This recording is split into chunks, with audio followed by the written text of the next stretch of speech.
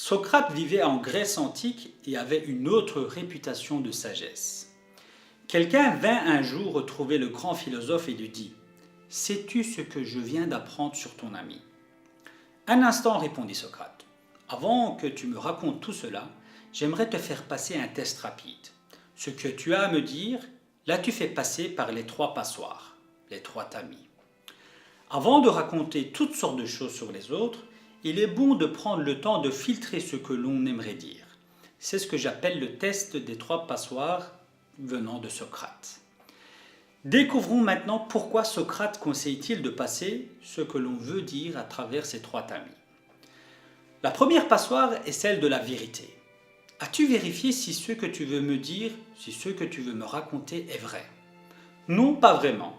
Je n'ai pas vu la chose moi-même, je l'ai seulement entendu dire. Très bien, tu ne sais donc pas si c'est la vérité.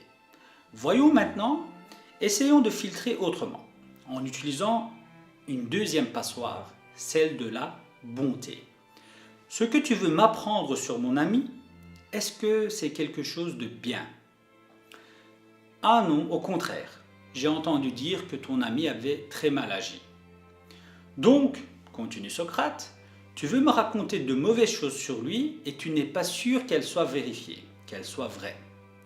Ce n'est pas très prometteur, mais tu peux encore passer le test parce qu'il reste une dernière passoire, celle de l'utilité.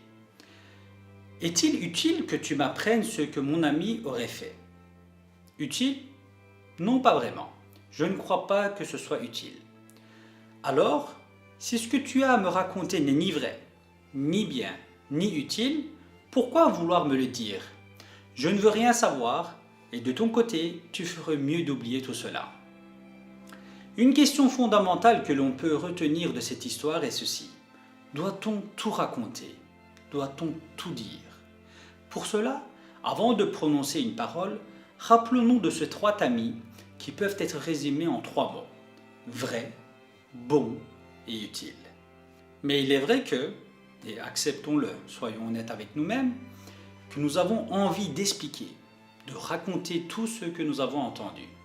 Malgré que dans bon nombre de cas, une voix de bienveillance en nous tente de nous arrêter, mais le plaisir de la conversation et les petits ragots prend le dessus dans bon nombre de cas.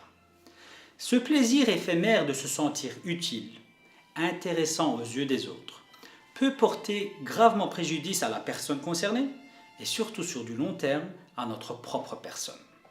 Prenons de bonnes habitudes pour contrôler notre parole.